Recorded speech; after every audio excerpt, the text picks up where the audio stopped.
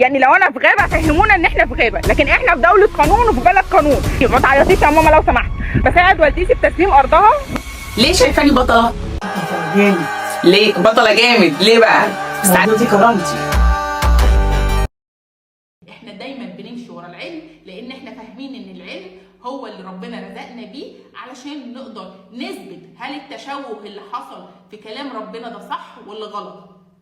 لما بيتم تشويه القواعد الدينية، العلم هو اللي بيأكد هل التشويه ده هو اللي صح ولا هل الكلام نفسه واحنا فاهمينه غلط. يعني في موضوع كده احنا مش قادرين نوصل له. يعني احنا بنلاقي الناس بتشوه لنا المعنى، بنيجي نفكر في المعنى نفسه بنلاقيه اصلا مختلف تماما وبعيد تماما عن المعلومات اللي واصله لنا، بس علشان بيتكلموا باسم الدين وعلشان احنا خايفين نتعاقب من ربنا بنسمع من غير ما نشغل عقلنا. بس بيجي العلم بقى بيثبت لنا ايه الصح وايه الغلط.